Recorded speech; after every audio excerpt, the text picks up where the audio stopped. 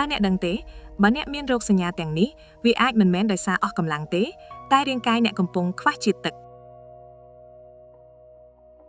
1. ស្រេកទឹកខ្លាំង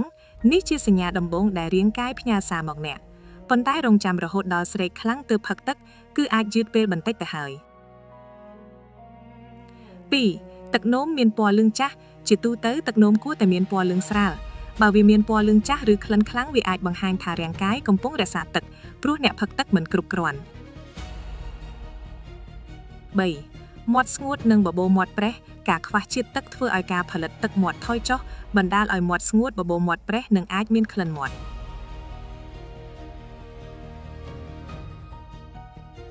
4. ឈឺក្បាលឬវិលមុខនៅពេលរាងកាយខ្វះទឹកបរិមាណឈាមអាចថយចុះបន្តិចដែលអាចធ្វើឲ្យខួរក្បាលទទួលអុកស៊ីហ្សែននិងសារធាតុចិញ្ចឹមមិនសូវគ្រប់គ្រាន់បណ្ដាលឲ្យឈឺក្បាលឬវិលមុខ 5.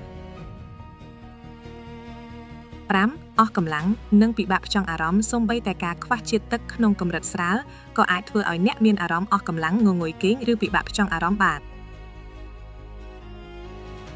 6. ស្បែកស្ងួតស្បែកអាចមើលទៅស្ងួតបាត់បង់ភាពទន់និងភាពភ្លឺថ្លាទោះជាយ៉ាងណាស្បែកស្ងួតក៏អាចបណ្ដាលមកពីមូលហេតុផ្សេងទៀតដែរដូច្នេះមិនគួរប្រើសញ្ញានេះតែមួយដើម្បីសន្និដ្ឋានថាខ្វះជាតិទឹកទេ 7.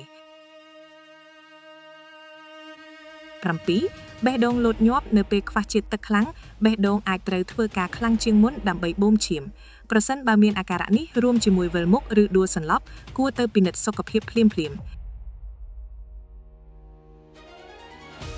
គួរដឹងថាមិនមែនរងចាំដល់ស្រេកទឹកទើបផឹកទឹកនោះទេការផឹកទឹកឲ្យបានទៀងទាត់ពេញមួយថ្ងៃជាវិធីល្អជាងការផឹកច្រើនក្នុងពេលតែមួយបើវីដេអូនេះមានប្រយោជន៍សូមចុច like share និង subscribe ដើម្បីទទួលបានចំណេះដឹងសុខភាពថ្មីៗជារៀងរាល់ថ្ងៃ